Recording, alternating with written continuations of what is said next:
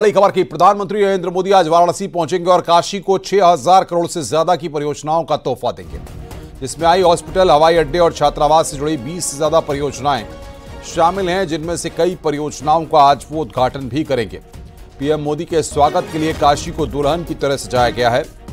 PM Modi बच्चों को भी तोहफा देने जा रहे हैं। ओवरब्रिज के नीचे खाली जमीन पर गेमिंग जोन बनाया गया है। 100 मीटर लंबा गेमिंग जोन बनाया गया है, जिसमें बच्चे शतरंज, कैरम, टेबल टेनिस खेल सकेंगे। सुविधाओं से लैस 100 मीटर का गेमिंग जोन है। तो बड़ी खबर यहां पर हम आपको बता रहे हैं, सिगरा स्टेडियम का लोकार्पण करेंगे यहां पर प्रधानमंत्री। शंकरा आई हॉस्पिटल का उद्घाटन करेंगे। प्रधानमंत्री का काशी का यह दौरा है। सुरक्षा के कड़े इंतजाम यहां पर किए गए हैं। तो बड़ी खबर इस वक्त हम आपको बता रहे हैं,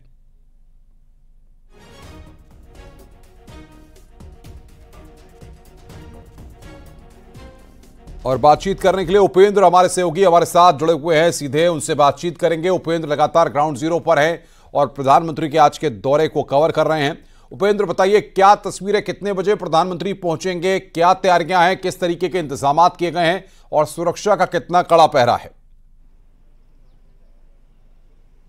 बिल्कुल, देखिए, अगर हम सुरक्षा की बात करें तो यहाँ पर न केवल उत्तर प्रदेश पुलिस के अलावा पीएसी और जो पैरामिलिट्री फोर्स है वो भी लगाई गई है, और लगातार जो है यहाँ पर जो सिगरा स्पोर्ट्स कॉम्प्लेक्स है वहाँ पर लगातार चेकिंग भी की जा रही है, ड्रोन से निगरानी रखी जा रही है पूरे, और इसके अलावा रूफ टॉप जो सिक्योरिटी है वो की जा रही है। अगर हम आज के दौरे की तैयारियों की बात करें तो आप ये देखिए कि तैयारियां पूरी कर ली गई हैं, और अब करीब 1:30 बजे प्रधानमंत्री नरेंद्र मोदी काशी पहुंचेंगे, और उसके पास सबसे पहले एयरपोर्ट पर ही वो एयरपोर्ट के नए टर्मिनल जो बिल्डिंग्स है उसकी नींव रखेंगे, और न केवल वाराणसी की बल्कि देश के अलग अलग हिस्सों में जो एयरपोर्ट के नए टर्मिनल बने हैं, सिविल एनक्लेव बने हैं, उनका प्रधानमंत्री नरेंद्र मोदी कई की नींव रखेंगे तो कई का लोकार्पण करेंगे। करीब 15 एयरपोर्ट जो संचालित हैं, इसके अलावा 6 एयरपोर्ट निर्माणाधीन है। सभी एयरपोर्ट जो है प्रधानमंत्री नरेंद्र मोदी आज देश भर के अलग अलग, उसमें आगरा भी शामिल है, अलग अलग प्रदेश के भी एयरपोर्ट शामिल है, दरभंगा भी शामिल है। इसके बाद प्रधानमंत्री सीधे शंकरा आई हॉस्पिटल पहुंचेंगे, और शंकरा आई हॉस्पिटल पहुंचने के बाद प्रधानमंत्री नरेंद्र मोदी वहां पर उस हॉस्पिटल का शुभारंभ करेंगे। श्री काशी कामकोटि पीठम की ओर से यह हॉस्पिटल बनाया गया है, और उस मौके पर काशी कामकोटि पीठम के जो शंकराचार्य विजयेंद्र सरस्वती वो भी मौजूद रहेंगे, और वहां से एक छोटी सी जनसभा के बाद प्रधानमंत्री नरेंद्र मोदी इसी वाराणसी स्पोर्ट्स कॉम्प्लेक्स पहुंचेंगे, और यहां से प्रधानमंत्री नरेंद्र मोदी काशी को करीब 3300 करोड़ की, और अगर पूरे देश की बात करें तो जो आज 6700 करोड़ की योजनाओं का तोहफा देंगे प्रधानमंत्री नरेंद्र मोदी। तो इस वक्त लगातार जो है तैयारियों का जायजा ले रहे हैं पुलिस अफसर हो, चाहे वो अन्य प्रशासनिक अधिकारी हो। लोगों से हम बात कर लेते हैं कि कितना बड़ा अचीवमेंट है ये स्पोर्ट्स कॉम्प्लेक्स के रूप में, कितना बड़ा अचीवमेंट आप लोगों को मिला है, कितनी बड़ी आज आप लोगों को तोहफा मिलने जा रहा है? निश्चित ही हमारे देश के यशस्वी प्रधानमंत्री और काशी के सांसद जब भी काशी आते हैं तो तमाम ऐसी विकास योजनाओं का उन्हें एक अंबार सा लगता है। आज देख रहे हैं जिस तरीके से काशी ही सहित पूरे पूर्वांचल के खिलाड़ियों के लिए जो नई प्रतिभाएं होती थी, उनको स्पोर्ट्स के मामले में आज बनारस में कहीं कोई इस तरीके का कोई उनके पास कोई जगह नहीं था। इस तरीके से आज प्रधानमंत्री इंडोर गेम के लिए जो ये आज कॉम्प्लेक्स का उद्घाटन करने जा रहे हैं, निश्चय ही आने वाले भविष्य को और आने वाले खिलाड़ियों को एक अच्छा अवसर मिलने जा रहा है। Shankara eye hospital, sports complex, इसके अलावा जो आपका एयरपोर्ट है अब उसका विस्तारीकरण की भी आज प्रधानमंत्री नींव रखेंगे। देश के अलग अलग एयरपोर्ट्स के विस्तारीकरण की नींव रखेंगे। कई के टर्मिनल बन गए हैं। कि तमाम सारी योजनाएं किसी शहर को कैसे आगे बढ़ाती हैं? देखिए, जन सुविधा बढ़ेगा तो शहर के लोगों को ही सुविधा उसमें होगी, तो इससे उनको लाइफ स्टाइल चेंज होता है, लोग आगे बढ़ने का मौका मिलता है।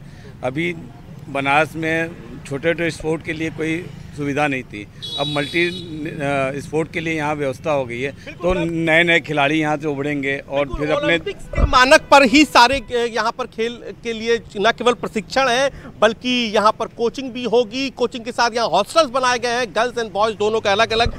कितनी अभी तक जो बहुत बड़े कुछ स्पोर्ट्स होते थे, क्रिकेट को छोड़ दे तो वो बहुत बड़े स्पोर्ट्स होते थे, उसके लिए बाहर जाना पड़ता था। अब अंतर्राष्ट्रीय मानकों पर स्विमिंग पूल भी यहाँ पर है, वॉलीबॉल है, लगभग जो ओलंपिक्स में खेले जाते हैं वो सभी खेल से हैं। कितनी बड़ी उपलब्धि मानते हैं? बहुत बड़ी उपलब्धि है। और सबसे बड़ी बात है कि जो हमारे बच्चे बाहर जाके भटक रहे थे, अब उनको यहाँ पे जो सुविधाएं मिलेंगे उससे हमारे काशी का नाम नहीं पूरे विश्व का नाम यंगस्टर भी है। खेल के लिए कभी आपको ऐसा लगा कि आप कोई खेल खेलना चाहते थे लेकिन काशी में उसकी सुविधा नहीं थी? हाँ, पहले बहुत ज़्यादा अभाव था। मोदी जी के आने के बाद बहुत तेजी से विकास हो रहा है। बिल्कुल उपेंद्र, हम आएंगे आपके पास आगे भी और तमाम अपडेट्स आपसे लेंगे। बहुत बहुत शुक्रिया आपका हमारे साथ जुड़ने के लिए और बातचीत करने के लिए। आगे बढ़ते हैं। पीएम मोदी आज सहारनपुर के सरसावा स्थित एयरपोर्ट का लोकार्पण करेंगे। पीएम वाराणसी से इसका वर्चुअली लोकार्पण करेंगे। सरसावा में निर्माणाधीन सिविल एयरपोर्ट से जल्द ही उड़ान शुरू होगी। शुरुआती दौर में सहारनपुर से गोरखपुर, वाराणसी और कुशीनगर के लिए उड़ानें होंगी। पहले ये सिर्फ एयरपोर्ट्स के लिए इस्तेमाल किया जाता था, लेकिन जल्द ही अब ये आम नागरिकों के लिए भी खोल दिया जाएगा।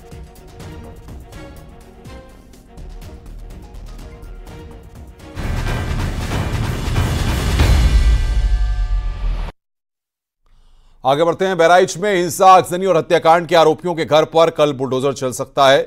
महराजगंज में हुई हिंसा के बाद अवैध अतिक्रमण हटाने के लिए पीडब्ल्यूडी ने 3 दिन पहले नोटिस चस्पा किए गए थे। नोटिस में अवैध कब्जा हटाने के लिए 3 दिन का वक्त दिया गया था, जिसकी मियाद आज खत्म हो रही है। बता दें कि मूर्ति विसर्जन के दौरान हुई हिंसा में एक की मौत हो गई थी।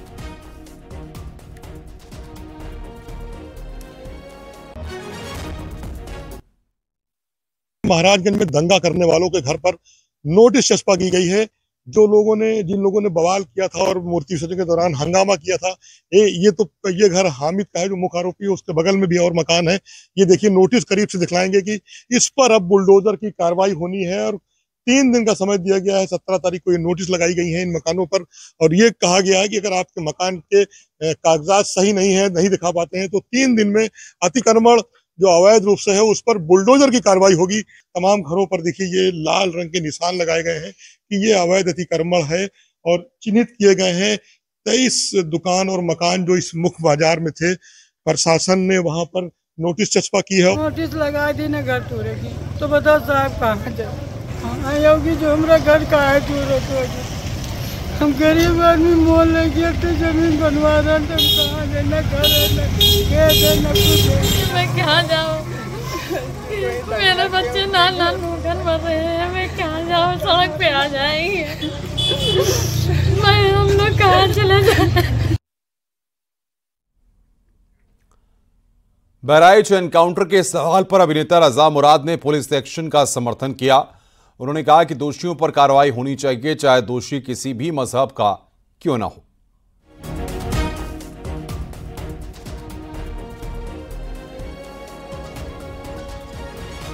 काउंटर हुआ है, गोली लगी है, लेकिन किसी की उस गोली में किसी की जान नहीं गई है। अब गोली क्यों लगी है, कैसे लगी है, तो जिन पर गोली लगी है वो कह सकते हैं, वो अपनी बात कह सकते हैं कि गोली उन पर कैसे लगी है। कई बार ऐसा होता है कि गोली लगती है लेकिन इंसान जो है कुछ कहने की स्थिति में इसलिए नहीं होता कि वो गुजर जाता है, उसकी मृत्यु हो जाती है। तो यहाँ ऐसा नहीं हुआ है। अब जिनको गोली लगी है वो बता सकते हैं। इन पर अंकुश लगाना बहुत ज़रूरी है और जो भी गुनाहगार हो उसका ताल्लुक किसी भी मजहब से क्यों ना हो, उस पर कार्रवाई होनी चाहिए। इंसाफ और कानून का मतलब ही यही है, पुलिस का मतलब ही यही है, देशभक्ति, जन सेवा। तो जो भी दोषी पाया जाए उसका ताल्लुक किसी भी मजहब से क्यों ना हो, उस पे कानून के हिसाब से कार्रवाई होनी चाहिए। अच्छा, लॉरेंस बिश्नोई को लेकर के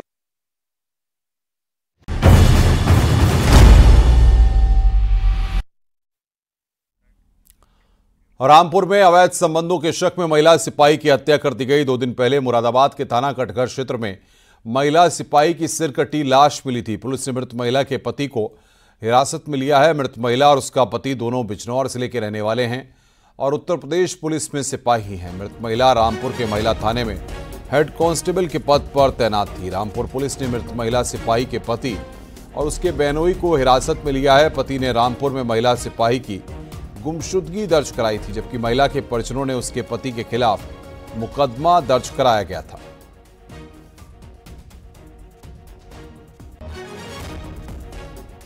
के परिजनों से विस्तृत पूछताछ और साक्ष्य संकलन में यह तथ्य प्रकाश में आया है कि उसकी हत्या उसके पति ने और उसके पति के बहनोई ने, दोनों ने मिल करके कर दी थी। विस्तृत पूछताछ की गई है, दोनों अभियुक्तों को गिरफ्तार कर लिया गया है। घटना में प्रयुक्त चाकू बरामद कर लिया गया है और कार भी बरामद कर ली गई है। विस्तृत पूछताछ की जा रही है। पूछताछ में अन्य तथ्य जो प्रकाश में आएंगे उनके पर आधार पर कार्रवाई की जाएगी। उन्नाव में जमीन के लिए बेटे ने पिता की हत्या कर दी। मामला अजगैन कोतवाली इलाके का है। ईंट से सिर पर वार कर पिता को मौत के घाट उतार दिया गया। सूचना के बाद पहुंची पुलिस ने आरोपी बेटे को हिरासत में लिया है। पुलिस ने शव को पोस्टमार्टम के लिए भेजकर मामले की जांच पड़ताल तेज कर दी है।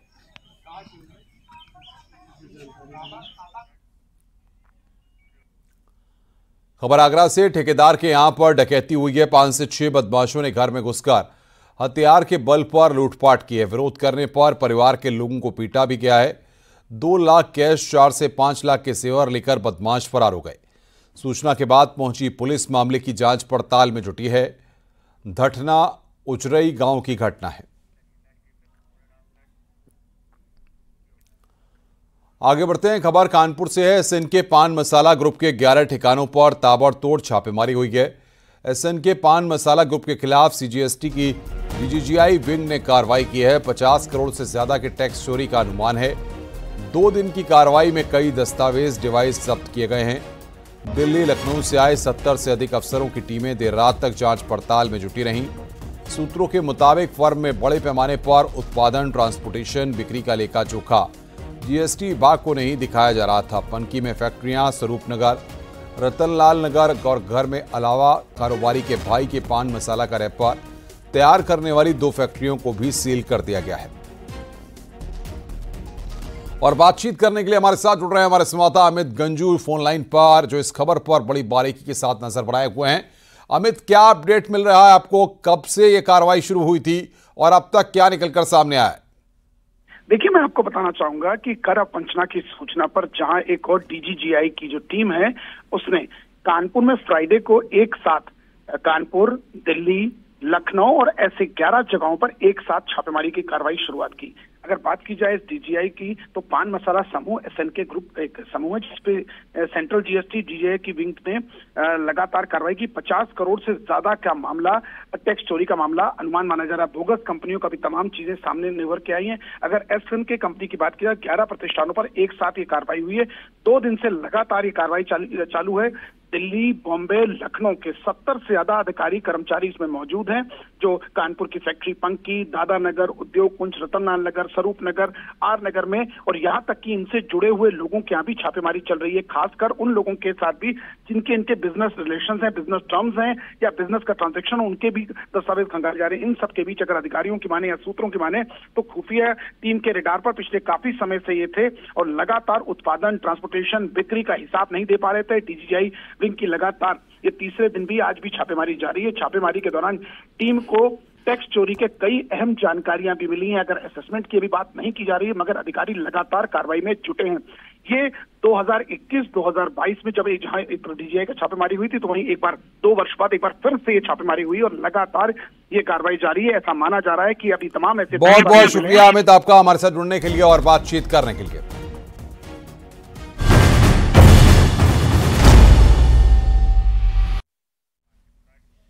मुजफ्फरनगर में एक सोशल मीडिया पोस्ट को लेकर बवाल मच गया है। बुढ़ाना क्षेत्र में की गई इस पोस्ट के विरोध में देर रात विशेष समुदाय के सैकड़ों लोगों ने सड़क पर इकट्ठा होकर प्रदर्शन किया। हंगामे के दौरान पुलिस के साथ भी धक्का मुक्की हुई है। वहीं सोशल मीडिया पर पोस्ट वायरल करने वाले लोगों को पुलिस ने गिरफ्तार कर लिया है। पुलिस अब मामले की जांच कर रही है। अब किसी तरह का तनाव फिलहाल नहीं है। पुलिस फोर्स मौके पर तैनात है और पुलिस आरोपी से पूछताछ कर रही है।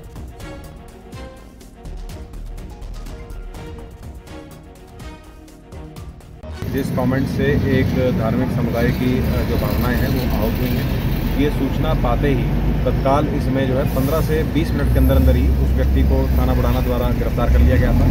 इतने में उसकी पूछताछ, उस पोस्ट की डिटेल जांच की ही जा रही थी कि अफवाह फैल गई कि शायद उस आदमी को पुलिस द्वारा छोड़ दिया गया है। इस अफवाह पर जो है कई लोग जो इकट्ठे हो गए थे, सभी लोगों को समझा दिया गया है। यहाँ पे समस्त फोर्स जो है सर्कल की यहाँ पर मौजूद थी, उनको समझा दिया गया है कि इसमें जो है अभियोग पंजीकृत करके सुसंगत धाराओं में उसके विरुद्ध जो भी विधिक कार्रवाई है वो की जाएगी। और लोगों ने इस बात को समझ करके यहाँ से सारी भीड़ जो है वो डिस्पर्स हो गई है।